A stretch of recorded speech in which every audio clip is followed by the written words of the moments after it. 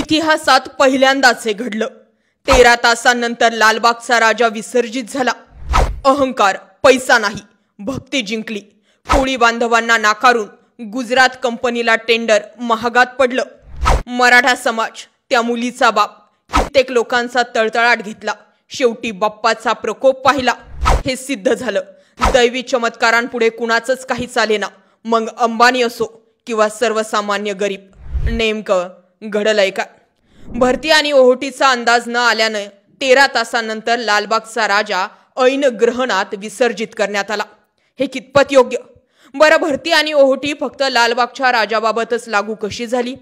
याच भरतीमध्ये चिंचपोकळीचा चिंतामणी, उमरखाडीचा राजा, मुंबईचा सम्राट, ताडदेवचा राजा, खेतवाडीचा गणराज, गिरगावचा राजा यांच्याकडे अत्याधुनिक किंवा गुजरातचे तराफे नसून वेळेत बाप्पांचं विसर्जन झालं। पण लालबागच्या राजाचे विसर्जन ग्रहणात आणि अशुभ वेळेत झाल्याचा आरोप होतोय। पण ही वेळ आलीच का? मुंबईसह संपूर्ण जगभरातील गणेश भक्तांच्या श्रद्धेचा केंद्रबिंदू असलेल्या लालबागच्या राजाचे विसर्जन यंदा वेळेत पार पडू शकले नाही। यंदा विसर्जनासाठी स्वयंचलित व हायड्रोलिक यंत्रणेसह खास तराफा तयार करण्यात आला।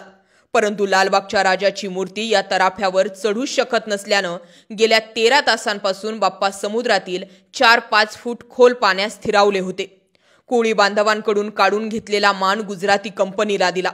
पैसा, अत्याधुनिक यंत्रणा आणि बडे बाता काहीच कामी आलं नाही। शेवटी कोळी बांधवांचा जुना तराफा आणि जुनी कोळी बांधवांनी 13 तासांनंतर लालबागच्या राजाला विसर्जित केलं। मंडळाचे कार्यकर्ते बाप्पाचं विसर्जन होत नव्हतं म्हणून याचना करत होते। चूक भूल माफ कर अशा याचना करत होते। पण खरंच मंडळाने केलेल्या चुका माफी देण्यायोग्य होत्या का? दरम्यान याबाबत कोळी बांधवांनी सुद्धा भाष्य केलेलं आहे, त्यावरती आपण नंतर येऊयात। पण याच लालबागच्या राजाच्या दर्शनासाठी 10 दिवसांमध्ये काय काय घडतं? सबकुच म्हणजे लालबागच्या राजाच्या मंडळाचे सदस्य। एक पाय गरिबांसाठी आणि एक पाय श्रीमंतांसाठी।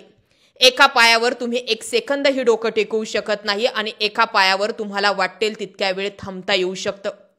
एक पाय तुम्हाला सर्वसामान्य आणि गरिबीची जाणीव करून देतो आणि दुसरा पाय तुम्हाला श्रीमंतीचा माज दाखवून देतो। हे वर्षानुवर्ष लालबागच्या राजाच्या चरणी घडत आलंय।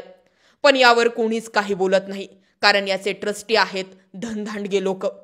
इथे कोण काय बोलणार असा प्रश्न तयार होतो। दिसताना सगळ्यांनाच दिसत होतं की जे चाललंय हे आता अपेक्षे पलीकडे चाललंय। मागच्या वेळेचा तर व्हायरल झालेला तो व्हिडिओ बघितला तर आजही डोळ्यात पाणी येतं। अहो, त्या मुलीचा बाप तिला खांद्यावर घेऊन गर्दीत तिला काही होऊ नये म्हणून खांद्यावर घेतलं आणि लालबागच्या पायापाशी डोकं टेकवतात न टेकवतात तोच तेथील सदस्याने त्यांना धक्क्याबुक्कीला सुरुवात केली। अक्षरशः त्या व्यक्तीला लाथा घातल्या। खरंच सांगा, देवाला तरी हे चालणार होतं का हो? कसं चालणार? अहो, कधीही बंद न राहणारं लालबागचं अन्नछत्र तुम्ही मराठा समाजाची लोक तिथे आलेत म्हणून बंद ठेवलं। कुठल्या समाजाचे होते, कुठल्या जातीचे होते, काय हेतू होता सोडून द्या।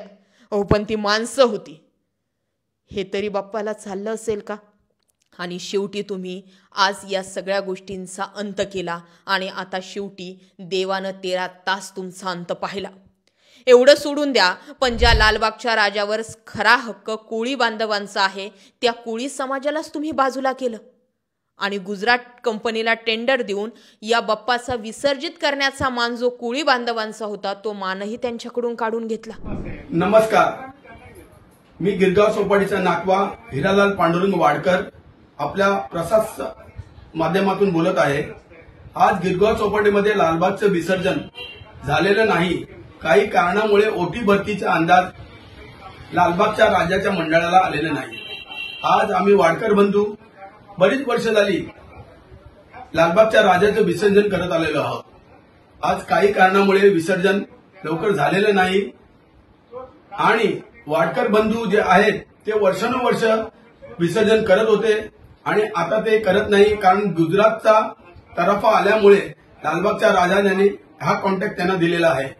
याच्या पुढे लालबागच्या राजांनी त्यांच्या मंडळाने विसर्जनाची काळजीपूर्वक घ्यायला हवी। एवढा अन्याय देवाच्या चरणी कसा सहन होणार? भगवान के घर देर है पर अंधेर नाही याचाच प्रत्यय काल आला। अशुभ वेळेत ग्रहणाच्या वेळेस बाप्पाला विसर्जित करण्यात आलं।